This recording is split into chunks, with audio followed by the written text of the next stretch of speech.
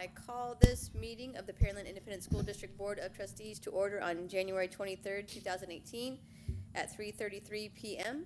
Let the record show that a quorum of board members is present, that this meeting has been duly called, and that notice of this meeting has been posted in accordance with the Texas Open Meetings Act, Texas Government Code, Chapter 551. Let the record show that trustees Beegler, Murphy, Gooden, Decker, Berry, Floyd, and Botkin is in the building, are present. The Board of Trustees will adjourn into the closed session at 3:34. No voting will take place in the closed meeting. Any action the board wishes to take as a result of discussions in closed session will take place after the board reconvenes and opens meeting. All right. The board will reconvene in open session at 5:04 p.m. No action was taken in closed session. We're going to go right into public comment and then adjourn back into closed session. So this is the portion of the board meeting where the board receives input from patrons. Each person who addresses the board will have 5 minutes to speak on his or her issue.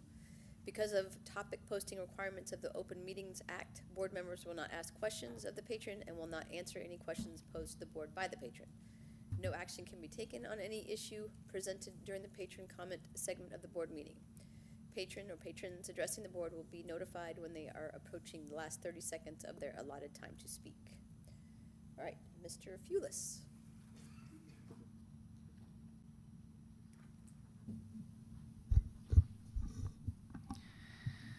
A few weeks ago, I happened to find myself at lunch with a group of Pearland ISD students and teachers.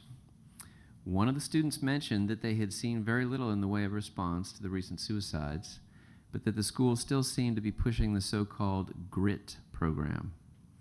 The reaction around the table was immediate. The students thought the GRIT program was a complete waste of their time and an insult to their intelligence. Then it was the teachers' turn. Quote, "The program is a joke," they told me. "All the teachers know it, a complete waste of time and taxpayer money. We just don't say anything because our bosses wouldn't like it," they said. I first mentioned my concern about the GRIT program to you back in May. I pointed out to you that GRIT is not something that experts believe can even be taught. The so-called science behind the advocacy for GRIT is based on simple correlations between GRIT and performance.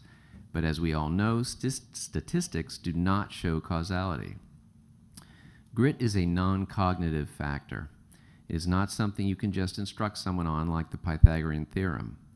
You may be able to acquire more of it by going through difficult times and overcoming them through perseverance, which would mean you already had some grit to begin with, or just through dumb luck, which obviously isn't something you can arrange through such a program.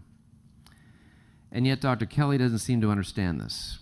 While preparing this speech, I came across his blog post on the subject, which is rife with personal bias on how we become, quote, an entitlement nation, unquote, and how much he admires Asian-style education over American education, attributing the success of Asian students in Pearland to this difference. He actually points out that Asian cultures see learning as, quote, an arduous process, unquote, and thinks we should emulate that. That's right, our superintendent thinks that our schools are better if attending them is arduous. He's certainly succeeding in that department, as the stress levels being experienced by our students can attest. Implicit in Dr. Kelly's argument is the rather judgmental assumption that our kids don't already have any grit at all. What complete and utter nonsense that is. A few years ago, my son asked if one of his high school friends could stay over that night. I'd never met the kid, so I was a little concerned.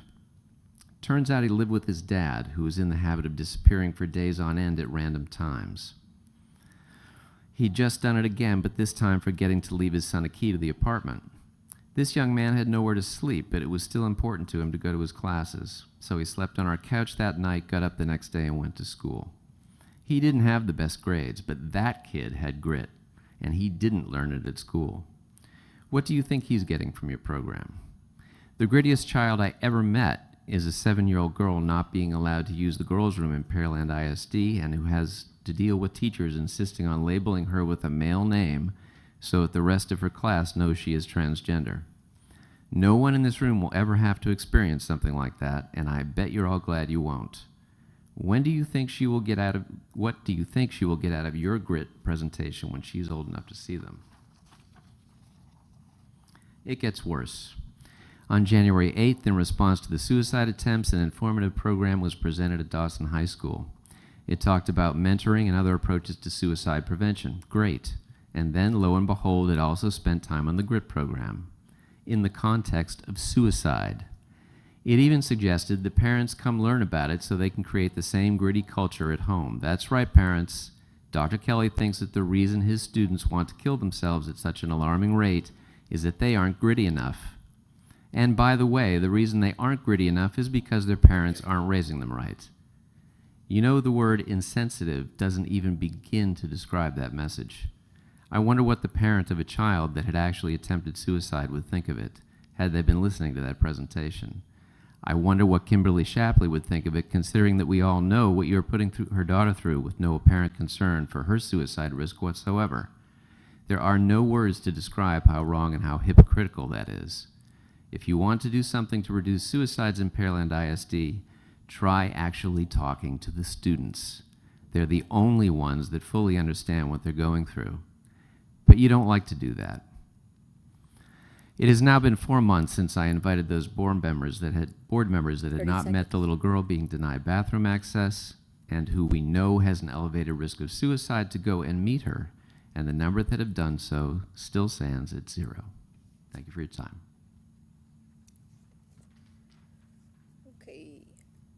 Ms. Morris? Morris, Morris.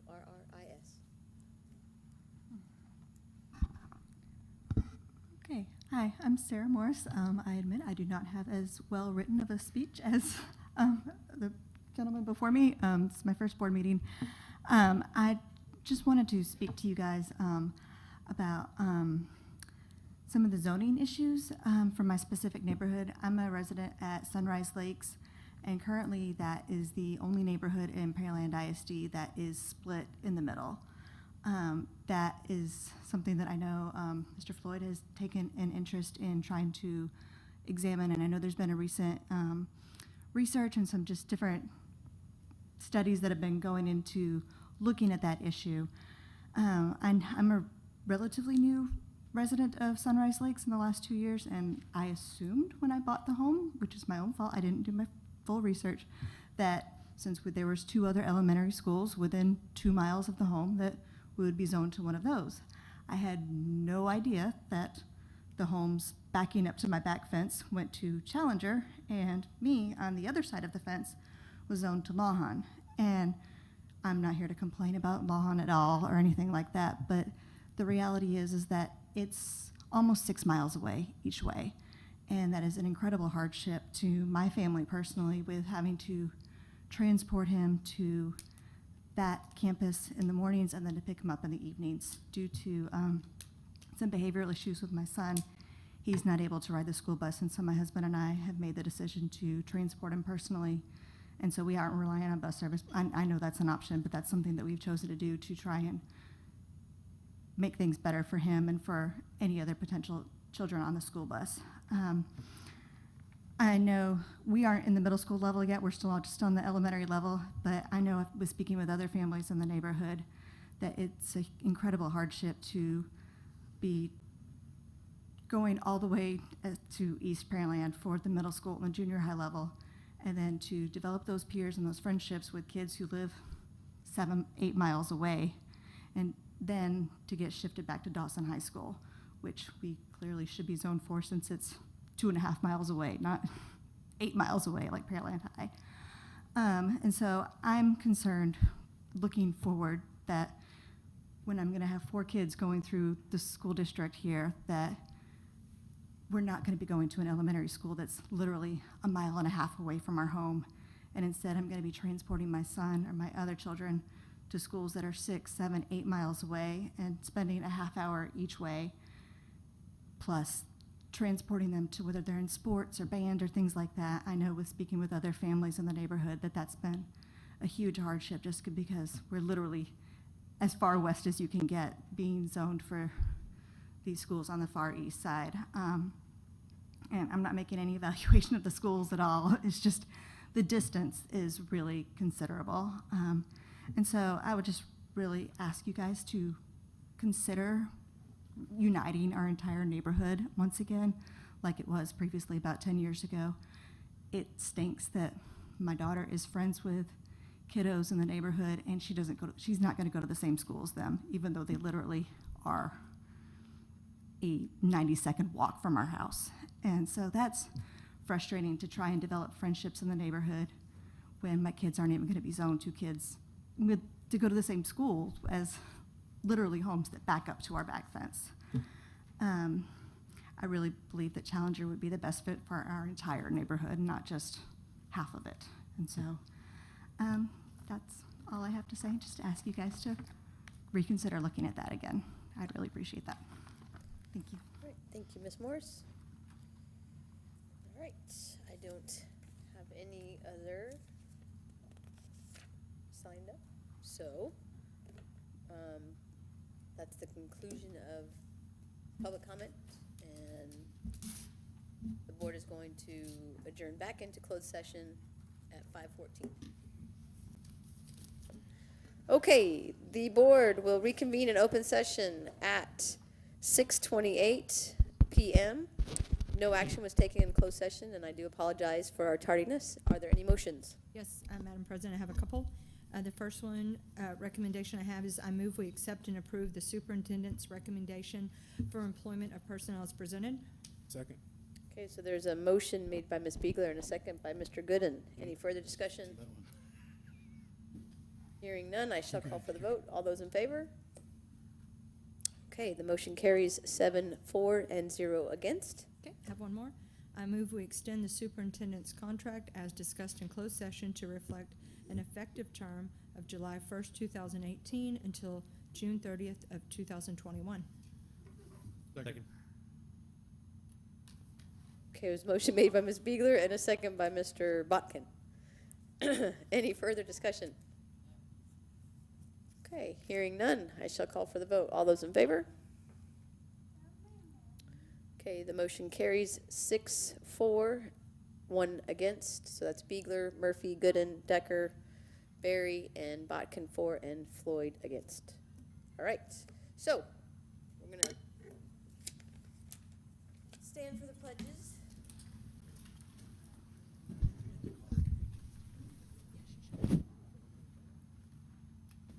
I pledge allegiance to the flag of the United States of America and to the republic for which it stands, one nation, under God, indivisible, with liberty and justice for all. Honor the Texas flag. Pledge allegiance to the Texas, one state, under God, one and indivisible. Yeah, Sean, you were kind of like, We were like, it was like an echo. Echo. We were off. okay, I'm just going to render a short prayer.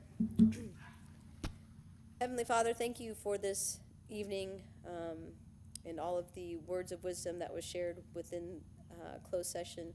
I want to thank you, Lord, for the wonderful staff and the awesome teachers and our awesome students that we have in this district. Please keep a watchful eye over all of us as we embark on all of our journeys. In your name I pray. Yeah. All right, so we're going to do recognition.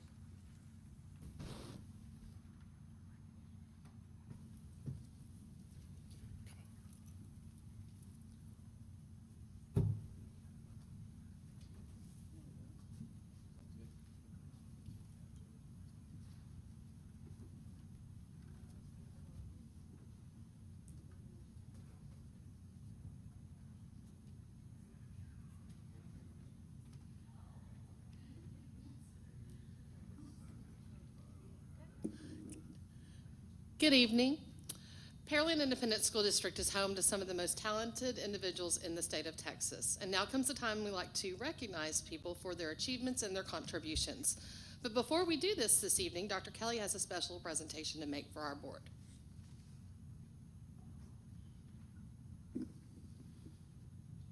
Well, I'd like to say that this month, every year, Governor Abbott, in this particular case, has proclaimed January 2018 as School Board Appreciation Month. I am making these remarks and had them prepared before they extended my contract, just so you This is not. Here in Pearland ISD, we're privileged to have a highly dedicated and involved school board.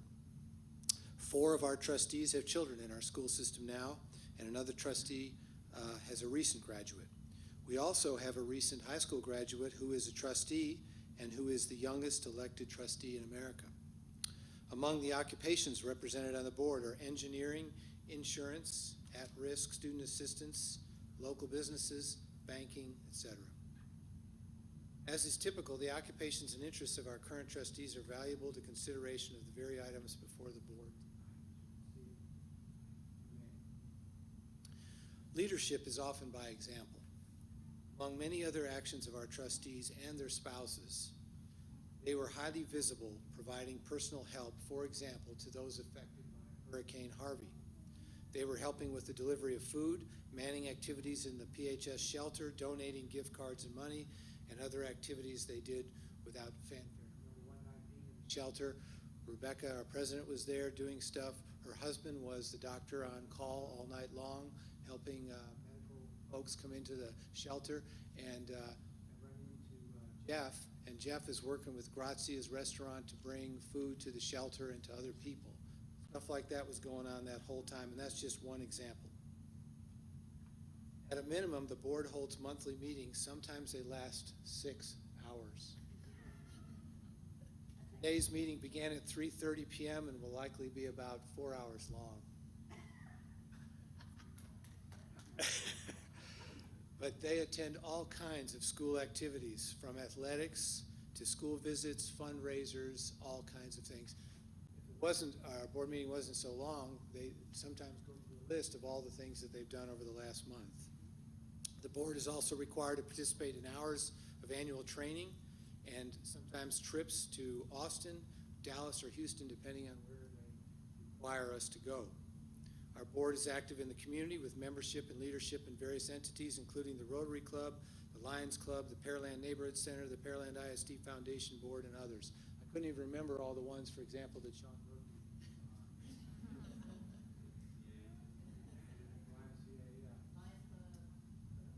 At present, we have 2 master trustees, Rebecca Decker and Lance Botkin. Both went through an extensive year-long series of trainings all over Texas and meetings in different areas in order to earn that distinction. For all of this work, the trustees receive 0 salary, loss of sleep, and many other inconveniences in order to serve children. Therefore, on behalf of the administration, faculty, staff, parents, and students, we expressed our appreciation this month to our 7 dedicated trustees.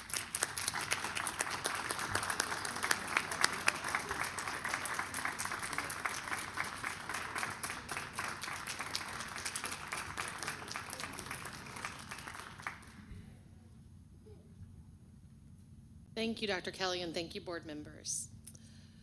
The Pearland ISD Angel Tree Project began back in 2013 as a way for the community to provide Christmas gifts for our students in need. This past Christmas, due to extreme generosity of our community, 578 children from our district were able to have a Christmas they may not otherwise have had. At this time, we like to recognize those community members who sponsored 10 or more students. And most sponsors spend about $50 per child, making their donations above and beyond $500. First, we have Tia Artiste and family. My family of Vandy. Thank you so much. Good to see you. Thank you.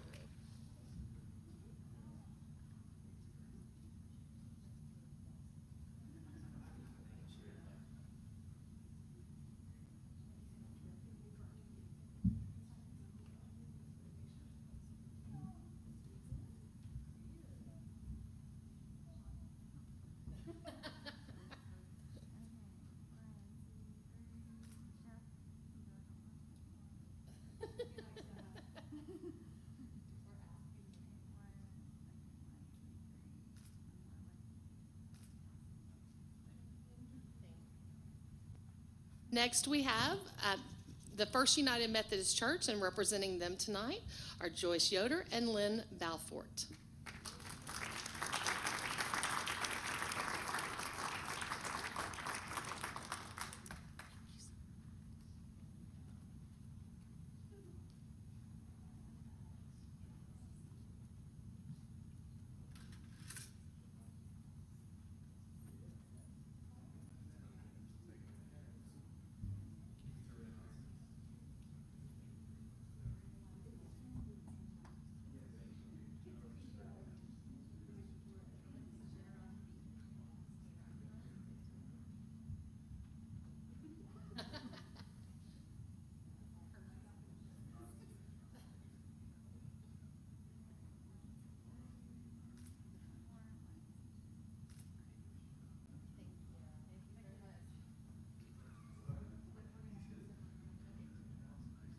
Next, we have Rotary Club of 288 Corridor, and representing them tonight is Bianca Reed.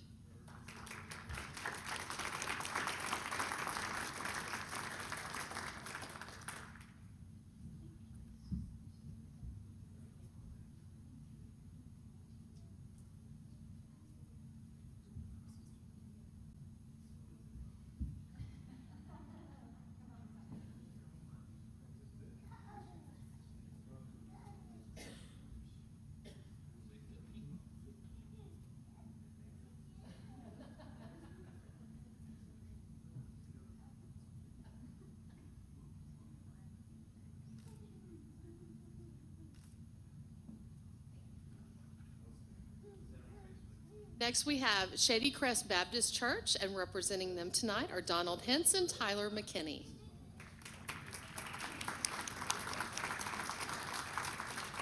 And a friend.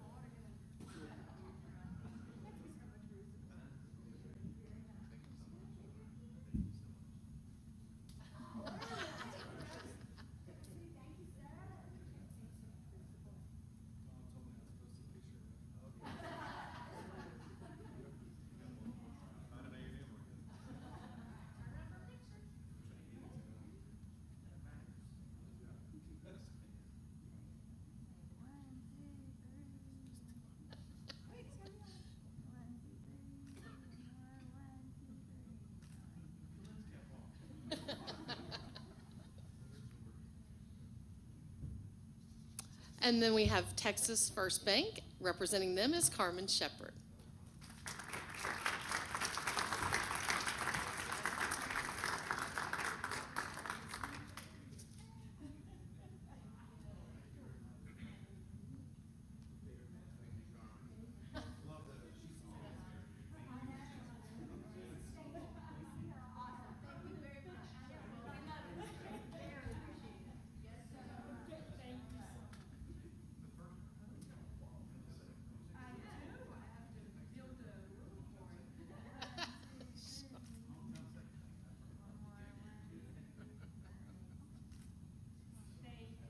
Thank you all again for your kindness and generosity to our students this holiday season. And that concludes our recognition. That's it, guys.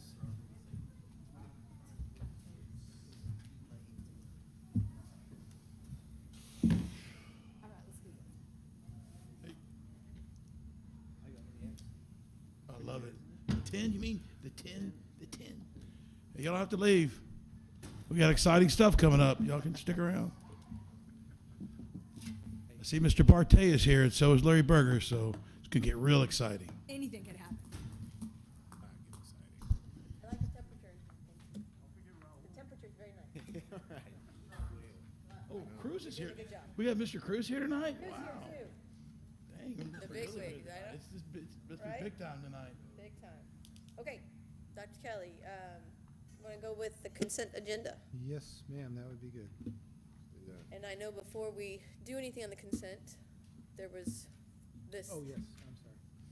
Yeah, folks, we found a typo this morning on one of the resolutions in your board packet. The second one that was on the cooperative used the name of the firm from the first resolution. So in front of you is the correct name for that organization. Oh, Okay. Okay. Is there a motion? We don't have to make a Or- Consent. motion. Consent. Make a motion to approve. Consent agenda as presented. Okay, so I have a motion made by Mr. Barry and a second by Mr. Floyd. Any, Hey, you may need to do that again. You didn't go on the microphone, so try that. Make a motion to approve consent agenda as presented. Second. okay, a motion made by Mr. Barry, a second by Mr. Floyd. Right. Any further discussion? Okay, hearing none, I will call for the vote. All those in favor? Okay, motion carries 7-4 and 0 against. All right. You're on to regular agenda. Yes, Madam President, the first item on regular agenda is consider to approve proposals received for commercial property, automobile, and various other insurance coverage. So maybe Mr. Hartsook, if you would come up front, and Georgiani, maybe sit in the front row in case we need to hear from you as well. All right, board, we're open, you wanna give a brief, or you wanna, No, I think Just discussion, open it up. Folks are Okay. familiar with it, so All right. Ask away. Jeff? Why y'all look at me? Cause I know you. No, because I do have some questions, but, there again, David, thanks again. You guys did a great job. Looks like y'all put a lot of work into our insurance program once again. And I kind of reviewed some of the losses that you sent over. I asked Georgiani for some of those. And I see that our property cover is relatively flat. We had a little bit of a decrease, but we didn't sustain a huge amount of losses. Can you kind of lend some insight as to, why we're not seeing any decreases on our property side? Anything that we can do to, is it updates on buildings and so on and so forth that might lend itself to some sort of credits associated with that? Because we are taking a sizable reduction in overall property limits, right? From a little over 500 million to 75 million. 75 million, yes, that's correct. So we're bearing quite a large part of the burden there. Well, on property insurance, it's not so much what the district sustains, it's what the industry, and it's not even local anymore, it's nationwide, and in some cases, it's even worldwide as far as the catastrophes. So insurance is you put a lot of homogeneous units together and you develop the premium off of that. So there's not really anything that the district can do other than not have losses to reduce your premium any further. It's going in. You got in right before Harvey. We got the quotes in as Harvey was coming in, and they were already quoted. We're starting to see an increase because of Harvey, even though it was primarily flood. But like your policy, there is flood coverage on that policy. So it's really a nationwide loss ratio that drives the premium. It's not so much an individual loss. Even though you got $586 million in property, which is an awful lot, but it's in a county next to the Gulf of Mexico. Does that explain? I wish I could say you could update your alarm system or something like that, which would drive your costs down. Well, no, but I was it's thinking not about just updates, you. anything driving some of those costs on some of our buildings that might be older or whatnot, but, they're pretty well maintained generally across the district. Well-maintained, well-constructed. Yeah. So And we didn't really receive a whole lot of losses over No. Harvey anyway. So No. I do understand the global impact of property premiums associated with certain areas, especially Right. tier 1 areas. And I guess there again, this year, you guys were the only agency able to provide us with a complete submission for our property, this package. Can you lend any insight? And you've been our agent for a long time, and we Right. certainly appreciate that. Can you lend a little insight into why you guys are able to actually be the only provider for coverage for our district? Because certainly there are other carriers out there that are, and Don Marshall and I spoke about this extensively, and Georgianne, and we've had this conversation. There are other carriers certainly out there that are willing to provide quotes on our business, and some of the quotes that you did send, well, you sent them on the general liability, but not necessarily on the property and Right. auto and whatnot. Right. Can you lend some insight into that, or? Well, you'd have to ask the other agents why they don't submit quotes. Mhm. We've somewhat specialized in public entities for quite some time. We have the markets, we have the relationships, and maybe some other agents don't have that relationship. We've been doing it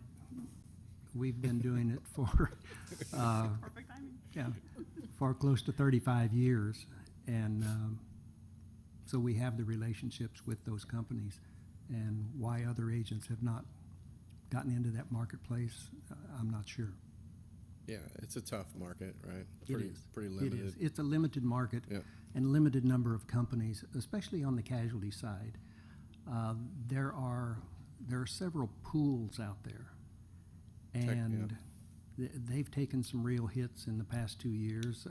Two of them have actually gone out of business. And what I mean by pools is they pooled your casualty limits in with a pool with other districts. You don't have your own insurance. You share in the pool limit. And if you get your losses in prior to other school districts, You're covered, but if not, then you're ahead. yeah. Like I say, two of them have gone out of business this year. One of them is still making assessments to the district, even though they no longer have coverage. So we have stayed away from pools as much as possible. That you have your own limits. It's with an insurance company.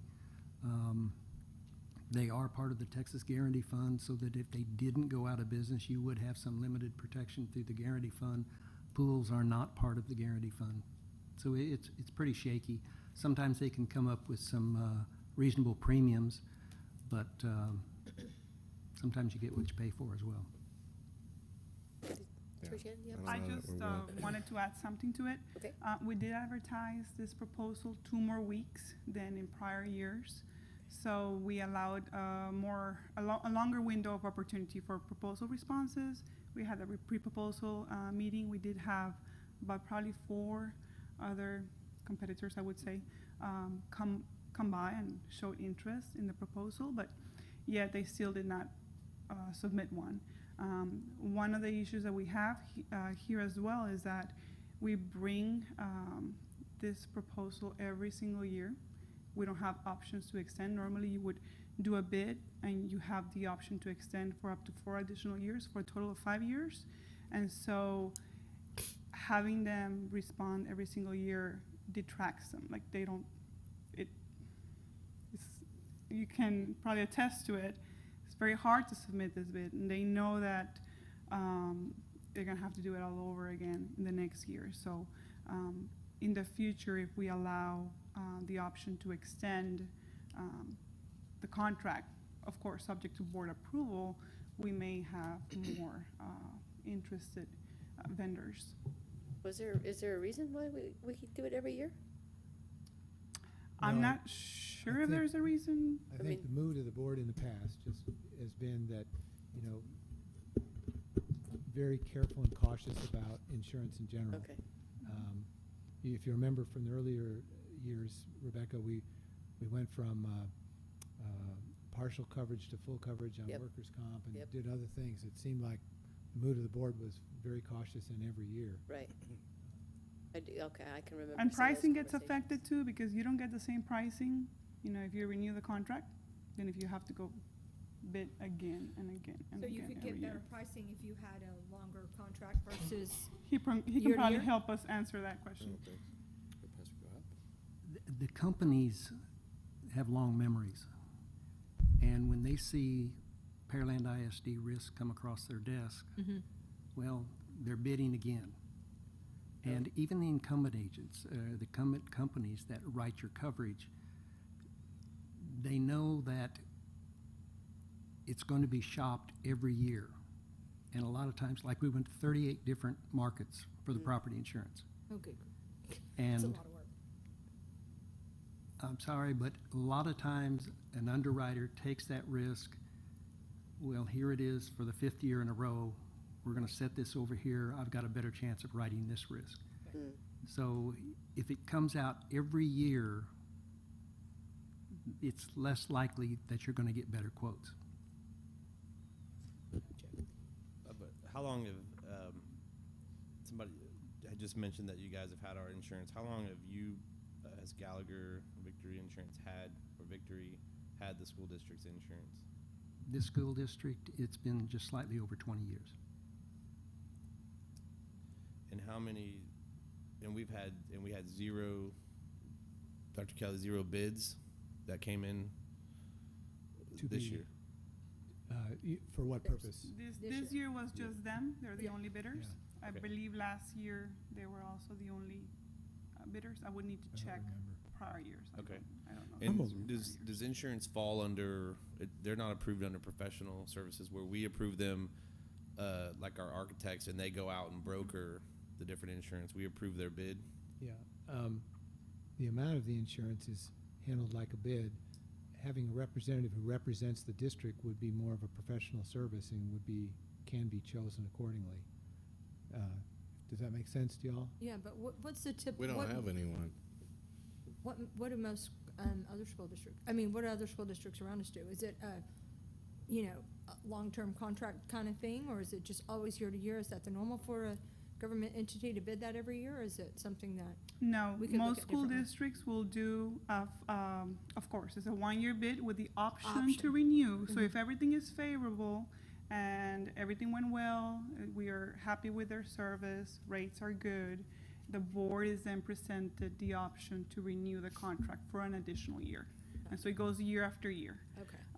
If something happens, you know, that you're not happy with them anymore, we know we're gonna have to bid all over again. Open it up. So what I hear, and Jeff, you weigh in on this, I was gonna ask is that Mr. next Berry. year, we could bring forward to you first the opportunity for an extension. You vote on that. If you say yes, we go on. If you don't, then we go out to bid.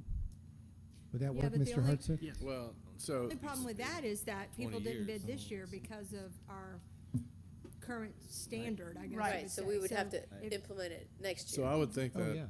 Yeah. given, and David, you can correct me if I'm wrong, in the general insurance marketplace, if Victory were to go out, Gallagher were to go out to the marketplace, then, and we said, oh, you know what, that we don't necessarily like the way this is turning out, let's go out and get other bids or whatnot. We couldn't do that because the market would be cluttered with their submissions, and they would have the entire marketplace. I think maybe a better solution might be, and I'm just thinking about this right now, would be to have a professional services type consultant manage that bid process for us. And there again, I don't know how that would necessarily work because I don't like the idea of assigning markets either. That's, to me, is. May I And ask a a lot of question? districts do that. A lot of districts hire a professional services consultant to handle the bidding process. So that's something that you've probably seen as well. I have a question. The request for bids for the insurance was for coverage, correct? We were not going out looking for different insurance agents. Am I correct? So the RFP was issued through Victory Gallagher to go to the market to find bids for coverage. Am I correct? Well, we issued the RFP, and so they gathered their pool of, Right. he probably has the better terms than I do, right? Yeah, You're the yeah. expert. Yeah, we get the RFP and the information, which includes the schedules, the Right. loss runs, the vehicle schedule. We then send that out to the marketplace, as Right. other agents do. Mhm. So we shop the coverages for you. Okay, so there are other agents who Right. have the opportunity to go out and Correct. do exactly what Correct. Exactly what RFQ. he does. really good. Yeah, Another okay. agent could have done the same Could have done. process and Okay. submitted a bid. Okay, in the I had the wrong understanding then. I didn't think that was what we were doing. I didn't think that any other agents had the opportunity to respond. Oh, yeah. But Yeah. so they do. That was the They do, but they proposal just that we did. put out. Okay, Mhm. all right. But I think what Jeff is But saying what is that happens- if they go out to, let's say the company that's currently holds our general liability, there's a hold, that company won't bid out to other insurance agencies. It's kind of like they've bid and it's, if I'm understanding right, it's locked to you guys. So if ABC Insurance goes to the same company, they're not gonna underwrite the insurance because you've already got it locked. That is correct. So it's difficult for people to compete because the insurance that you see here is they've got it locked in a sense, right? Other insurance companies can't go underwrite through that particular market. No, we have it, So it's not essentially really competitive. It is in a sense that they can go out and they can't go to the same companies you can once you have that insurance locked up or that bid underwritten for us, correct? I mean, when we're the incumbent agent, Correct. then those markets belong to us. Obviously, they write your insurance coverage currently. correct. Now, in that, and I think we sent you the list of markets on property. We went to 38 insurance markets. I think there's like 12 on there because of the size of the district. There's lots of markets out there that any agent can go to. if they're contracted with them. Correct, yeah. But like, for instance, Argonaut, if you guys are the incumbent Right. agent for our district and another agent in this town wants to bid our deal, they can't go to that same They cannot and go get to that Argonaut. competitive pricing, That's right? correct. You know, with the market split up that way, it's very difficult for anybody else to, and even if Gallagher wasn't the actual incumbent, they would have the same issue. So it would be very difficult to put together a complete proposal because there are other things that go into it besides,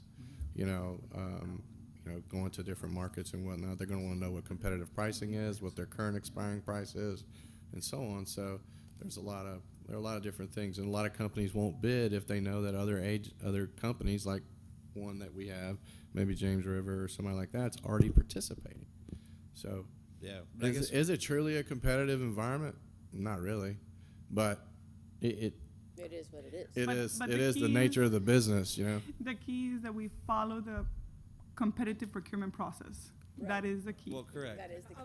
But I guess the question is there opportunity for us as a district to save money, by competitively bidding out the insurance?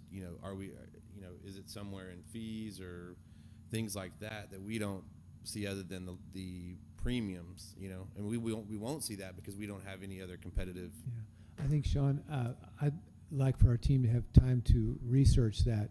I know that not on here in Pearland, but in my previous districts, you hire a consultant, and then that consultant, you have faith in him, and then he goes and takes the process from there and goes out.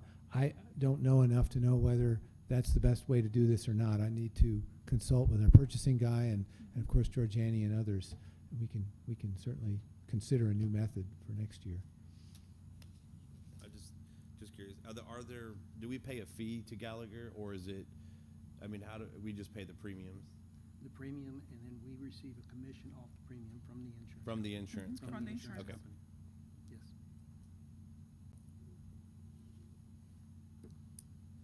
Any other discussion? Any questions, comments? Charles? Consultants No? are not good. Is there a motion?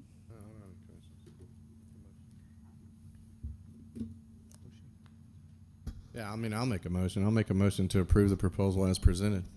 I want to thank you guys for doing all the work that y'all do. Second. Okay, so I have a motion made by Mr. Berry and a second by Ms. Beegler. And was that enough information as far as the proposal? Okay. All right, any further discussion? Hearing none, I'll call for the vote. All those in favor?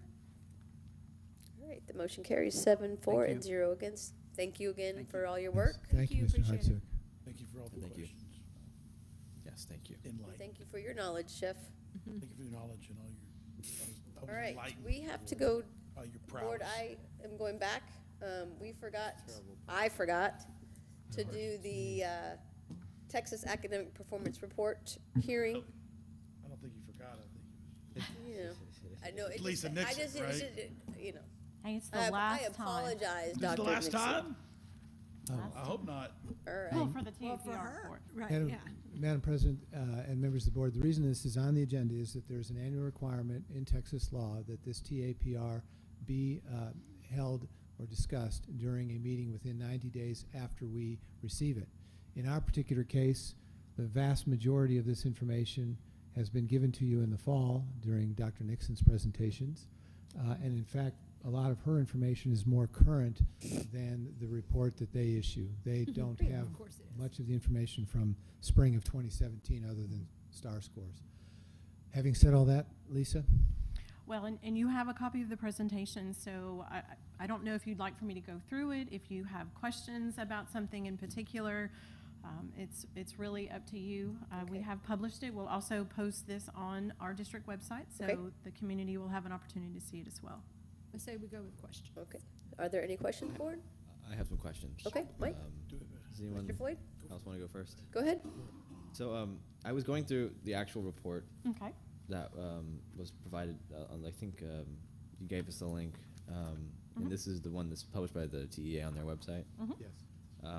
And I saw an area of interest where I actually had some questions. It was in the average actual salaries section, Okay. which is on page 22. And, you know, we discussed this a lot, you know, about the different jobs we have in this district and which ones are the most impactful for students, right? You know, teachers, professional support, campus administration, and central administration. And all these numbers for our district are, of course, compared to the state average, as you can see. Right. Mm-hmm. And when it comes to teachers, we're paying $3,000 more than the state average. Professional support, $7,000 more. Central campus administration, $12,000, and then central administration, $30,500. It's just a massive gap between, and that's average. So there must be folks making a whole lot more, and some who aren't.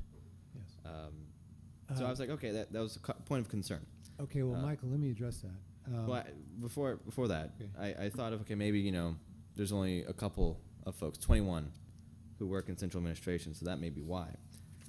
So what I did was I compared our numbers to our surrounding county, our districts, Pasadena, Alvin, Friendswood, and Houston, ISD. And in every single one of those reports, we are significantly ahead in how much we pay folks here. And I know that we just recently hired a bilingual coordinator or director, whichever. The No, we position's we been haven't hired it. approved. We posted Right. it. We hired. posted the position. posted No, it. we haven't Posted. hired the Posted it. person. We But- posted it. We've But we're approved it. going to, We've we have approved approved someone to be in that position. But as Friendswood ISD shows us, they pay their central administration on average $12,000 more than the state average. So less than half of the extra that we pay. And they have, as we all know, scored higher on standardized tests, I believe in every single category. Or in every single category aside from 1 or 2. So I don't know if there's a direct correlation between the payment at the central administration level and actual student performance. And I think it'll be a great opportunity to see this bilingual Okay. director and see how, because only 8% of our students are in that category, if this scores actually do increase or not. Well, and one of the things too, you might want to look at is on page 21, it also shows the percent of like the central administration, campus administration to our overall district. And so when you look at those numbers under the campus administration and central administration, we're below the percent, the state percent. So it may be that we're doing kind of more with less. We have less personnel, even though the salary, and I don't know that for sure, but I would also encourage you to look at both So what Houston percent ISD, of our our staff. percent is 1%. 1% of our employees work in central administration. We have, well, Oh, sorry, 0.8. 0.8%. Pasadena is 1%. Houston ISD is 0.4%. So you know, I don't see that either. That is, you know, the other districts are just around 1%, both Alvin and Pasadena. And then what I looked at was, and I compared this to salaries for our 20-year teachers, right? And we were, I believe, 2,000 above the average for 20-year teachers, which to me, I would much rather see our 20-year teachers have a little bit of a bump in their average salary. It is 62,000 compared to 60,900. So I just wondering what the emphasis is on central administration folks and why they're getting paid a lot more on average. Okay, but the key than the thing that state. you're missing, and I don't know, how extensive your research is, that across the state, the larger the district, the more students that you're held accountable for, the higher the salaries. And so Well, not in Houston. I believe Houston is not an exception to that. So I'm not going necessarily by the TAPR report. You have to go by the particular positions in each district. How much do they pay an assistant superintendent? How much do they pay a high school principal? When you look at those, I think I'd be safe to say that Houston ISD outpays us in virtually every category. Except in their central administration average. Well, I'm just looking at the averages. okay, And I really don't like to compare the averages to the state, because state, and we have districts like Bourne versus Houston ISD, totally different, not really Well, a I would good say the same comparison. thing, Michael, about comparing us to Friendswood. There are 7,000 students in Friendswood. We're 3 times the size of them. Right, but Alvin is about our well, and size, they but have as far about as I 3 know, times in as many students we administrative have. positions, the assistant superintendents and others get more pay than our assistant superintendents. Now, I can have Mr. Moody compile that information. Let me ask a question that may directly correlate to this. I think the thing too is, we've talked about this in the past as far as our administration compared to other administrations. A lot of the problems, there's not a fair comparison per se because of titles in districts that vary. I mean, does that have anything to do with this? Yes. That if this district has director positions versus assistant superintendent positions, they may pay the same, but it's called something else, so it doesn't fall into a certain category. Yeah, that's true too. I mean, that could be where it's not, you think it's apples to apples when you're looking at it, but it may not be because of the positions in each school district that fall into the category of what they're calling the cabinet or central administration or whatever. Maybe. I don't know for sure. I did not do the research, so I don't know. I'm just saying that there is a big disparity between the averages for, I mean, the increase in average, which is what I'm looking at. I understand that folks here at the ESE have a more broad job description, right? They have more responsibility, and so yes, their salaries are going to reflect that. But for the average to be $30,000 more than the average compared to just $3,000 more is also a point that I have a problem with. And other districts don't look at that. I mean, there are areas where other districts like Friendswood pay their professional support a lot more and pay their campus administration a lot more. But I would, we have this discussion all the time that we're top heavy, that sometimes it may be worth more to invest in teachers or local support that actually talk to students every day rather than a bureaucracy at the top level. But I don't know if this administration agrees with that.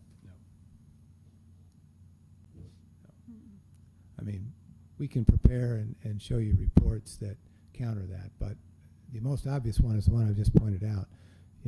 Comparing central administration for 7,000 students to central administration for 22,000 is not a fair comparison. But the argument is the same if I look at Alvin ISD, which has, what, 80,000 students? No, it has it's almost no. the same Oh, no, number as us. 25,000. 22. 25 right now, it's growing. Well, it's going to grow. We'll To see 40. how. They're gonna grow to what, 40? They're paying less. Houston ISD is paying less, according to the report here. Mr. Moody, do you have? Yeah, I'll look more into the actual report that you're referring to, and I have no problem getting back with you. I can tell you, and I've been here 3 years in this position. I think we've added, if I feel confident, 2 leadership positions in the 3 years that I've been here. And prior to that, I can't remember any, Dr. Kelly. So from a top-heavy perspective, I'm constantly looking at our surrounding districts to see where we are in comparison, and we're in a really good spot. In fact, my experience has been in the 3 years that I've been doing this, I just spoke to Dr. Kelly about this probably a month ago. When we were hiring from other districts right now, we're having to move our money up to compete with some of the other districts we're pulling from. So it's really just the opposite of what you're saying. Well, that's not what the numbers reflect at all. I mean, Hold on, Michael, let me. Where? Excuse me for a minute, I'm gonna say something. So, where Michael's kind of going, I guess, is maybe not necessarily, maybe it's not the amount, maybe it's the number of central administration, maybe that's concerning. Okay, but my question is this: educate us and let us know about the other reports versus the other districts. And I'll bring up Comel ISD. Yeah. There's 23,000 students, Alvin ISD. Even though Comel's around San 25, yeah. Antonio, however, it's a very equal district as us, right? Yeah. As far as enrollment of students. So as you go through it, just educate. Yeah. Right? And maybe it's a misnomer. And I don't from all have of a us. problem putting together a report to show you what Sure. surrounding districts Thank are you. and what their leadership looks like. Thank you. But yeah, in my time of looking and making sure that we're in line, I feel like we're in a really good spot. Fair enough. All right. So as far as the salaries and Yes. the number, right? Yes. Because Yeah. sometimes that's You can make a case. out in the public. You where can it make a says, case that even in some of our leadership positions that we recently hired, we had to be more aggressive with our position to get that hire into our district. Well, and Well, and- even, and, so with- yeah, go ahead. I'm sorry, but if we have more people in our area, or these other districts have more people, that's gonna drive their number lower. So. per salary, for salary, right? Yeah, I mean, so it's but Friendswood a has actual less sum of the salaries divided by the numbers of the people, so to give you the average, so. But that's not reflected in the numbers, let's say from Friendswood, who we've seen. and Well, heard most certainly, doesn't it have. certainly could be. I mean, if you had higher numbers of those administrators, in Central, then it would drive the number lower. So But if you have less number of central administrators, the argument would be it drives the higher. And Mr. Moody, But when, It doesn't in Friendswood. when they're, I guess when they're gathering this information for Yeah. the report, Mm-hmm. when they're talking about central administration, those are We can people do that.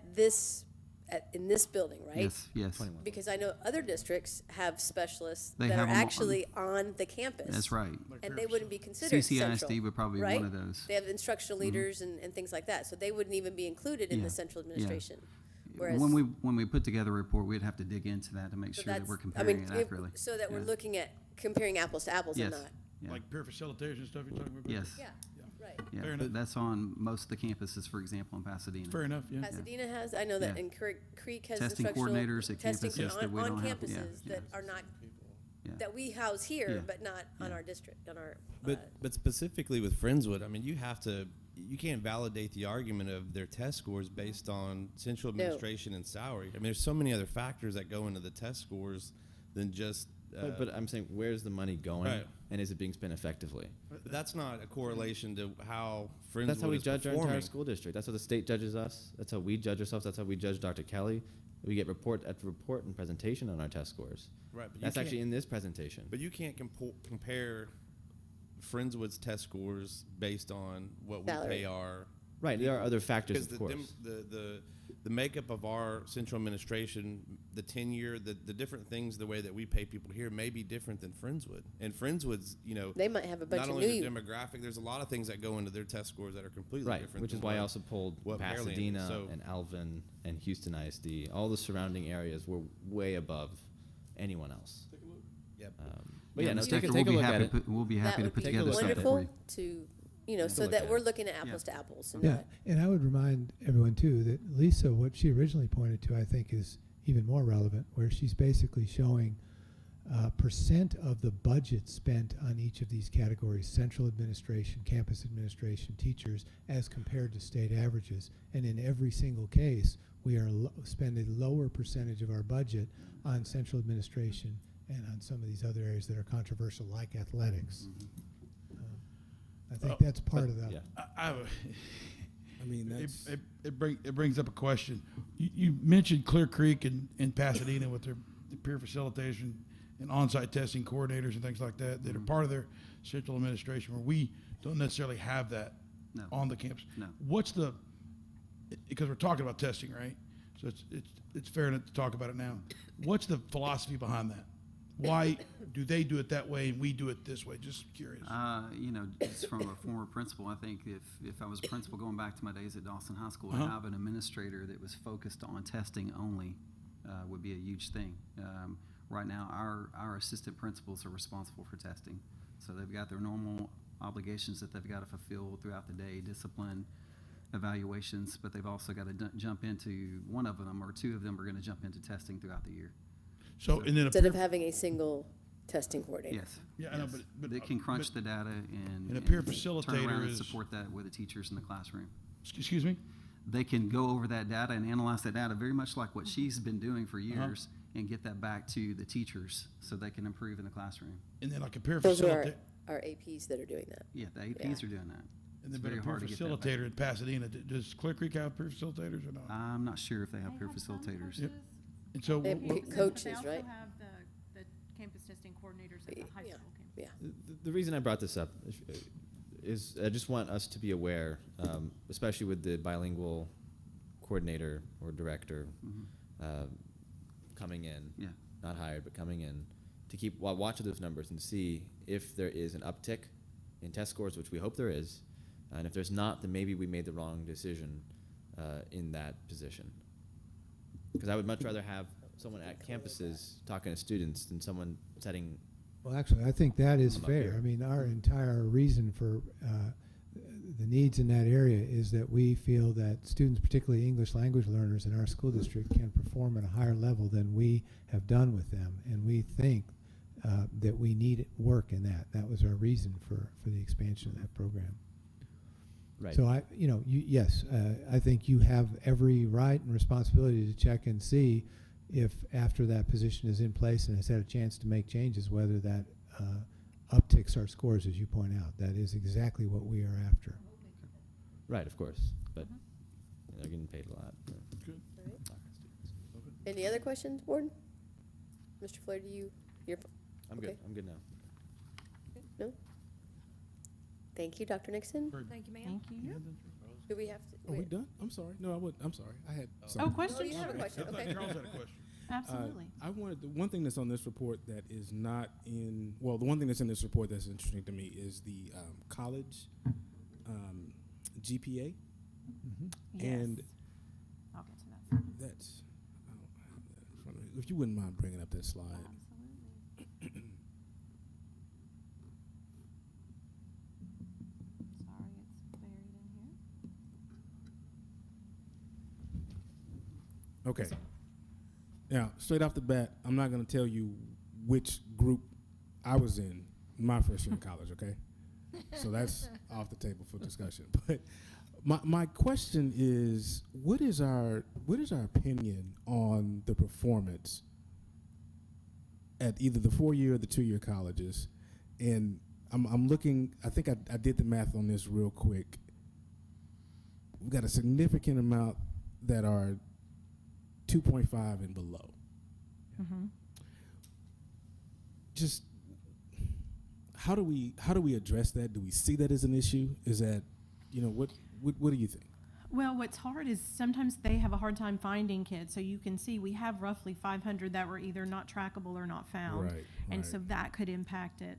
When I looked, there's not a good statewide summary or region summary that we can look at it and say, how are we doing compared to others? Mm-hmm. So there's a website that you can go to through the Higher Education Board and Yeah. see all the districts, and they look very similar. Like if we looked at the percents of ours at that 2.5 and below, our percent was similar to a lot of other districts. Often I'll look at Tomball. I look at Friendswood. I know the demographics are different, so it's not always apples to apples, but try to find some that we compare ourselves to, and it looks like it's a similar percentage. So, it's hard to know exactly what that is because we don't get a lot of data. Like we see this, but it's actually from our 2015 graduates, so it was Right. 2 years back. Right. And so that's what makes it difficult to be able to track what are those classes. Are they, taking things that Numbers, you don't know. Mm-hmm. what we they're just don't know Yeah. anything about what was the coursework they signed up for or Charles, I asked Dr. Nixon specifically almost the same thing you did. And, without going further into the data, with a 4-year university, there's a fairly even spread with an upward tick for higher grade point averages. The 2-year looks terrible, and so when I went to Dr. Nixon and said, I need a statewide average to see the spread in community and junior colleges in terms of graduation rates and those, so that we can evaluate, where we stand in relation to that. But unfortunately, that entire report, which is put out by the Texas Higher Education Coordinating Board, does not contain that information. it Could really. actually get our 90 kids who had the 2-year public college degree as well, and Yeah. got, add those 90, because they're not in there, Yeah. right? Yeah. The And so we, Oh, Yes. good point. right. Right? The Our- 90 our that students graduated in had, 2017 with an They associate's. wouldn't be included Yeah. in here. So That's more right. 90. That's correct. And this was a little older, that's from Right. 2015 graduates. Right, right. How many did we have? 35. 33. Yeah. But 15? And so we know, the one thing we do know from the TAPR, it's on page 17, but it talks about graduates completing 1 year without remediation. That's So where I it was helps a going little next. bit. Right. We're at 68.3, the region is at 56, the state's approximately 56. So we know at least our students are being more successful that first year without remediation. Right. So there we have a state average, and that was the most that I could really point Dr. Kelly to in terms of a metric to see across the region or across the state, Right. how do we compare? So without just literally calculating by hand through that higher ed board document, we don't have a good, state or region area averages for that. And I was going to mention that metric as well because I remember, I think, back when we were doing this in 2014, that particular data point was somewhere around 70%, right? So that one has ticked down, as a percentage. And- Fewer of our kids are going without doing the 1 year of remediation. Right. And what's hard is that, again, this is the graduating class of 2015. And so the state's done a lot with TSI now that we're moving to TSI and what scores they need on that and what courses they have to take in reading and math based on that. So some of our kids got caught in where they had a higher standard for TSI and then they've lowered it. Maybe they put it back up because the plan was kind of phase it in like they do with STAR scores. Every 2 or 3 years, they increase what's required on TSI to not have to remediate. So sometimes, and that's what we're seeing a little bit of, and what looks like caused that dip from the 13-14 year to the 14-15. You know, the other Was the thing, and change Lance in the standard. reminded me of it, is that with the 4-year results, all the Harvard, not Rice, but all the out-of-state university folks Not are on it. not in the numbers They're at not all. in there. Right, Mhm. right. They would tend, you would think, So, but I mean, there's no towards the upper, but there's no way to get that knowledge is a- information from. is a concern. I mean, I could sit in a room and calculate it by hand. I mean, No, but I didn't know if you have Yeah. to go state by state or something like that, or. There's no. there, we don't, it's not even reported. There's not any tracking, like in Texas, we use the I got Payne's you. ID, you know, We've but also there's. tried ourselves internal tracking of our graduates, and it is a monstrosity. You get an extremely low return rate, and it's just very, very difficult. If And I if had that's a accurate even. full-time person whose only job was doing that, I still would not feel like I had sufficient snapshot of the graduating class. Okay. Yeah, but those numbers Might are have to surprising. develop I would some expect them to software be for that. flip-flopped. What's that? I would expect numbers like that to be flip-flopped. I mean, But I don't want to take away anything. I think I am concerned about the 2-year Yeah. spread for GPAs. I don't know what that means.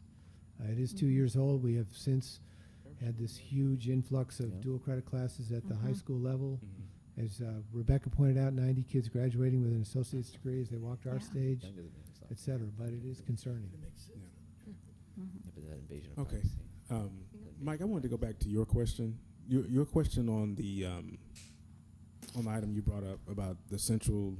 Was that specifically about the dual language coordinator, or was that just In generally general, speaking? I don't think we should be hiring more ESC folks. Okay. I think we should more focus on teachers, counselors, Okay. you know, actually touching students Okay. in a direct, everyday way. Okay. But this is interesting because, and you see the disparity or the difference between folks on 2-year colleges scoring under 2.0s and 4-year colleges. I mean, and that kind of actually hits where I disagreed earlier. Saying we should be focusing more on dual credit kids, right? Making sure everyone, it's my belief, we should be striving to get everyone to graduate an associate's degree in a couple of decades from now, right? But if this is And showing that. As a numbers person, I got to point out there's about 100 number difference in the pool of people. So if you look at total 362 versus 464, you're comparing 100 more students. So you might, theoretically have more in that lower average in general. But I mean, what would that number be if you could track 464 on the 4-year university? Would you find more of them in the 2.0 to 2.5? So. Yeah, no, I agree with But you. also I'm not too, saying, I'm look not at- trying to compare, but I am saying that the folks going to 2-year public colleges, I mean, what can we do to increase that number, right? Because, I mean, I don't like that. I would rather much see folks who need to go to 2-year public college actually succeeding there instead of Well, the almost correlation falling out. between those numbers also, and if you look at just the 10,000-foot view of the kids that actually start college and don't finish, I bet you find these individuals that are less than 2.0, the ones that fall into that, 50% category that start college but never finish. Yeah. So if you transpose numbers on top That of would that graph, Well, it probably fits. Well, there's also a learning curve for any college student because there's fewer tests taken. There's a lot less daily grades, a lot less things for error, And they're room on for their own. error, right? They're on their own. Huh? They're on their You're own. on your own. They're making their own sandwiches. You win. it's- Well, I mean, Dr. Nixon, I was going to ask that's about a serious point of concern. that. So if we can track kids 1 year after, we can actually Only in Texas. yes, we can actually see how many of our kids who go to state schools actually end up graduating. Do they show us that? Not at this time. Okay. We don't get that data. Okay. That may Okay. be something, accountability is changing every day, and we Okay. don't know what the new accountability is going to look like. There's a big emphasis on college and career readiness Mhm. in that piece, and so we may get more data. But like this report, for example, just comes as a huge PDF document that you go and get. So it's not even where the district Can't gets a drill report down. where it Right. could even list the students. We literally just know numbers. So we don't even, no student names are attached to the data that we get on Yeah. this report. Okay. Okay. So, All right. I didn't have anything further. Thank you very much. Anybody else? Okay, we don't need a motion, right? No, ma'am, that's just a report. Thank you, Dr. Nixon. Thank you. you're welcome. Thank you. Thank you. All right. Madam President, I think we're at 11B2. Investment pools. Consider to approve district participation in additional governmental investment pools. You may remember we discussed this last month and proposed some changes which you agreed with. And Georgiani, if you want to come forward in case there's any questions, but as you can see in your package, she's recommending an expansion of investment opportunities as contained therein. Board? Questions, comments? Mr. Berry, you look like you wanted to say something? Page Well, he just looked like he was 120. ready, 120. right? Oh, Mrs. Carter, thank you very much for providing the information on the additional yields that we can expect based on market at the time when I asked the question. I'm excited. Bottom line, this will allow us to earn more on the cash that we hold. Net of fees. And diversify. And diversify, right, because we're Very going important. into some pools that contain commercial paper. I would make a motion that the board approve the proposed application for the district to participate in Texas Class, Texas Term, and Tex Pool Prime. Second.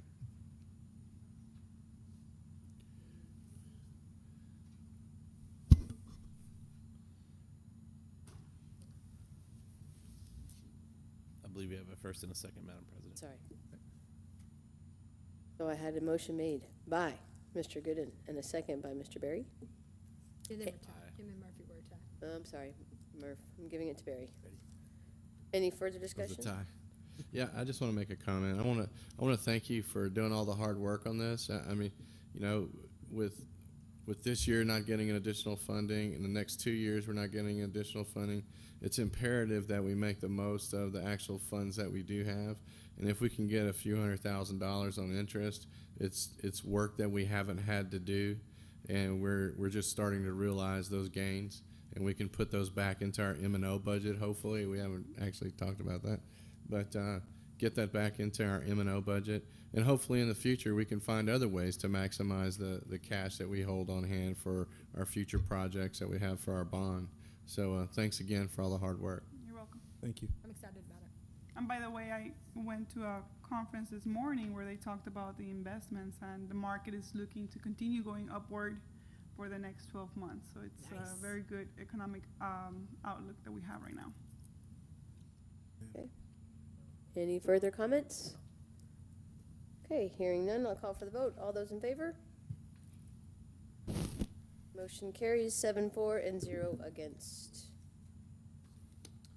Okay, Madam President, Next. in accordance with board policy, consider resolution to approve employee pay for the two missed ice days of January 16th and 17th.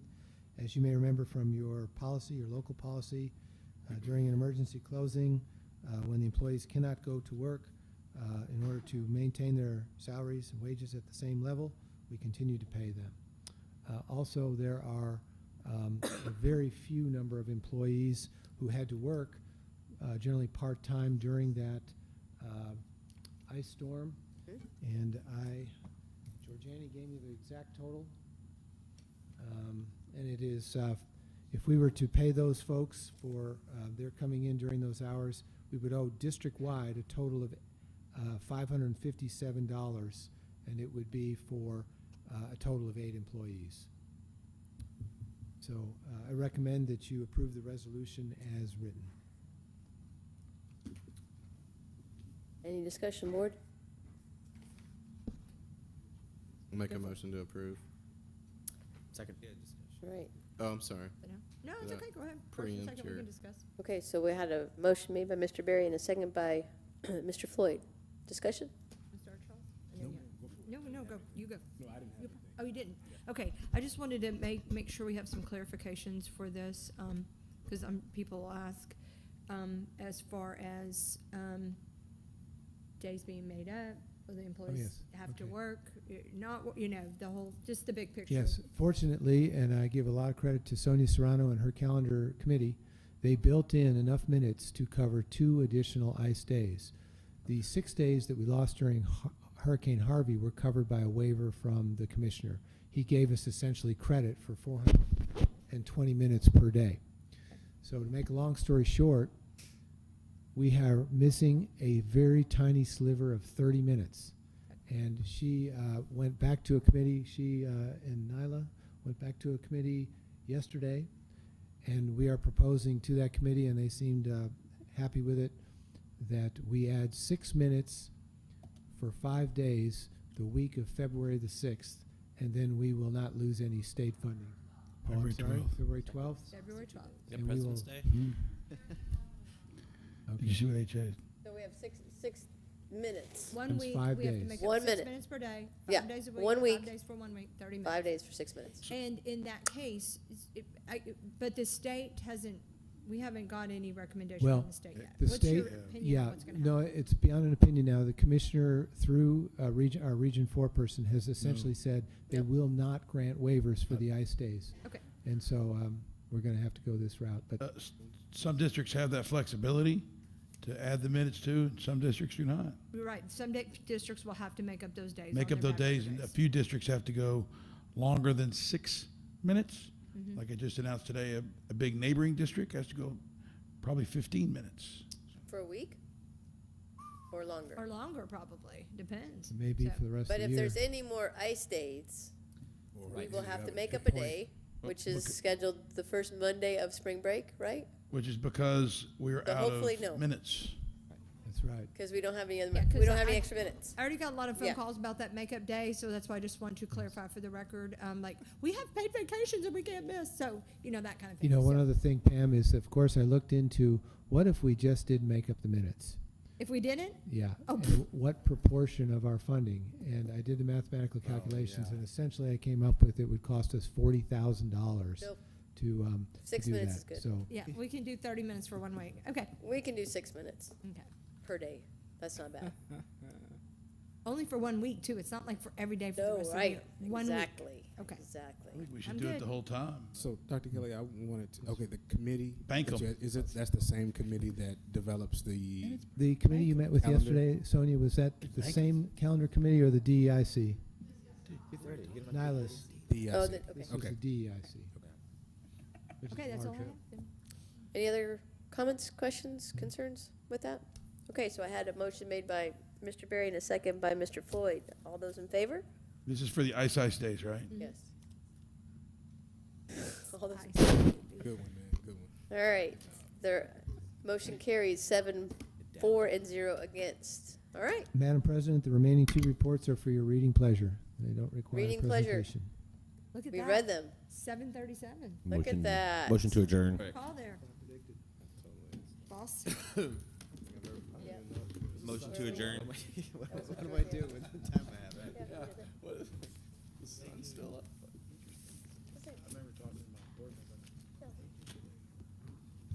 The purchasing co-op was, isn't that, was it?